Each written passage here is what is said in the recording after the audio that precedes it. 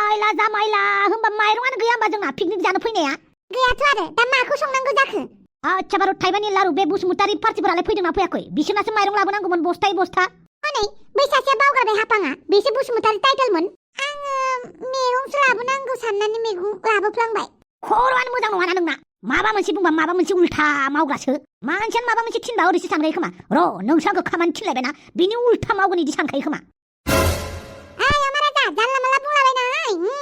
मा जानला माला बुंलाबायनाङाहाय बेलाय आं माथो रग' रग' क्लियार थख' थख' बर' रावजों आं नोंसोरनो अडिअ रेकर्ड खालामनानै आङो वाट्सएपआव हगारलायथारदोंमोन जे बसुमतारिया मा लाबोनांगौ बर'आ मा खालामनांगौ दैमारिया मा लाबोनांगौ नोंसोरनो खोन्थाहरदोंना हराखै ओमफ्राय नों माबोरै बावगारखो आं बावगारबाय आरोहाय होमबाबोथ' मैगं लाबोदोंना ओमफ्राय आंल' नामा बसुमतारी टाइटेला आरो बेलेग गैबावला नामा जानो मा सासेबो बसुमतारी टाइटेल गैलायै जाखो बेवहायलाय जोंनावलाय बर'सो दै टाइटेला अच्छा अच्छा बसुमतारी टाइटेल बम्ब्र सन्थला बिराद जाथारदों बिसोरो दा जानोसै समावथ' गुरब्ला नुजाफैयाथ' बिसोर नोंखौलाय सोर बुंनाय बेफोरबायदि टाइटेल हिसाबै बुस्थु लाबोनो खोन्थानांगौ नोंहालाय नों माबा पिकनिक एरेन्ज खालामनाय जाबाय नामा आच्छा र' अमाया मा जाखो अमाया दाउसो देलाय अमाया बोरो आंना अमाखौ गुलु मुलु किउटि नुनायखाय हगार हरबाय आरो माब्रै पिंकि अमाखौ जानो होननानै गोसोम अमाबालाय जेबो नङामोन आरो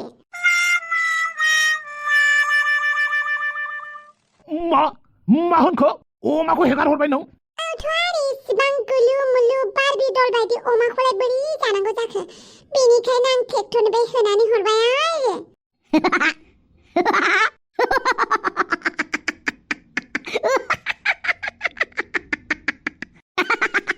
साबास दाउस्रि देलाय साबास अमाखौ किउटि दुलुर दालार नुनायखाय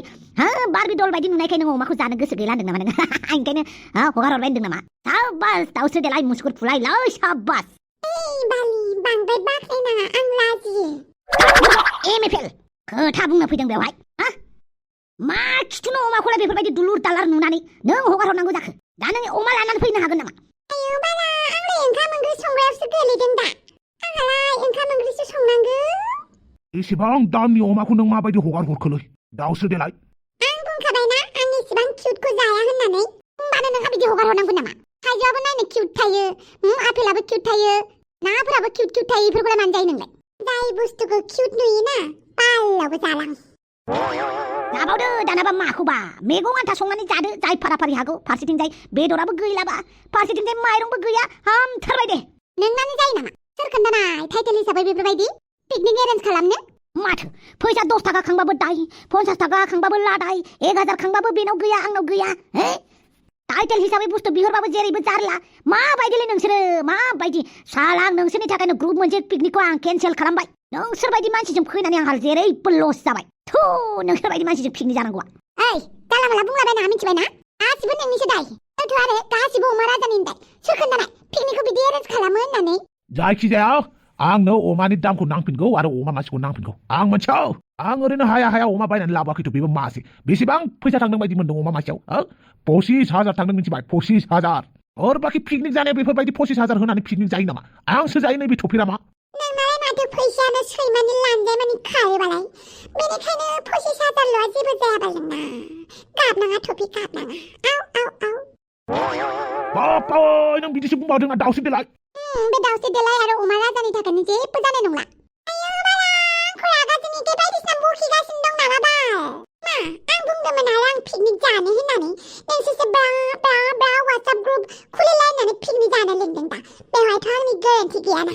आंखौ बांद्राय दाय हमबाय थानाङा बालावबो ओंखाम ओंख्रि सङालासिनो थागोन आङो माखौ संबावनो नोंलाय ओंखाम ओंख्रि संनो जेबोआनो गैयाबा माइरंआनो गैयाबा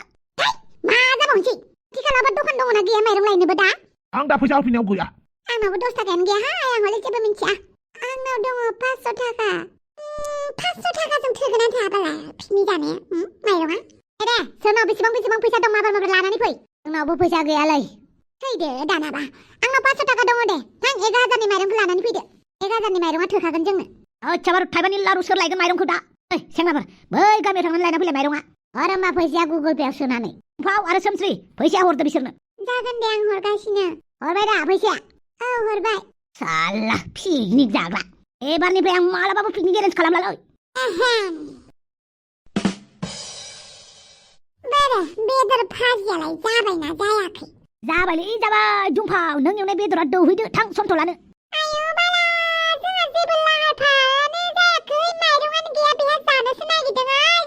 फारसेथिं आंहा अमा मासे लाबोनायखौबो हनै हिनजाव मोजाङा अमाखौबो हगार हरबाय थोद मानसि जानला मानलालै सोरनि आखल बेलाय सोरनि आखल जानोब्रा नों मेजेरनायनि आखल थोद मा गोदाव सोरावब्रा ओमफ्राय दा मा खालामगोन मा खालामगोन जादों बेनोथ' माइरंआनो गैया माइरं लायनो थिनहरबाय दासो थोद माबायदि फिनोलै बेलाय गसाइ जेबोआनो गैया होमबा मा हे गसाइ जेबो गैयालै ओइ सन्दला नों बसुमतारी टाइटेल जानानै मानो माइरंनि बिबानखौ लायाखैलै आंना माइरंनि बिबानमोन आरो नङा आरो आंनि टाइटेला बसुमतारी नङा आंनि टाइटेला मोसाहारिसो मोसाहारि टाइटेलफोरनोबो बिबान होदों माथो मैगं थाइगं लाबोनो होनाया देलै दे आं खालायफोरखौनो जानोसै दा माखौ जानांगौ जाखो नोंसोर बायदिखौ लानानै पिकनिक एरेन्ज खालामजायालै मा मोनसे पिकनिक एरेन्ज खालामखो गन्डगलानो जोबला मालायफोरा जानानै रंजानानै बाजानानै मालाय थांनो सम जालायबाय जोंहा दासिमबो माइरंआनो गैया बोरैथो बिदि जाथारखोब्रा बोरैथो बिदि जाथारखो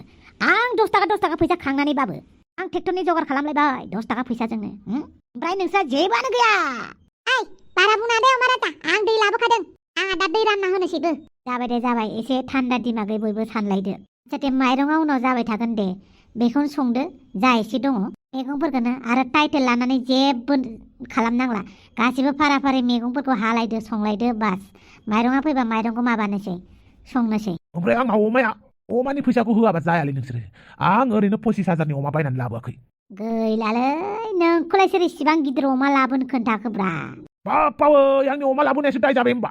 दे उनाव फैसा खांनानै हरगोन जोङो लासैनो आंनो नांफिनखागौ आरो ट्रेक्टरनि फैसायाबो गासैनिफ्रायबो नांफिनगौ 1000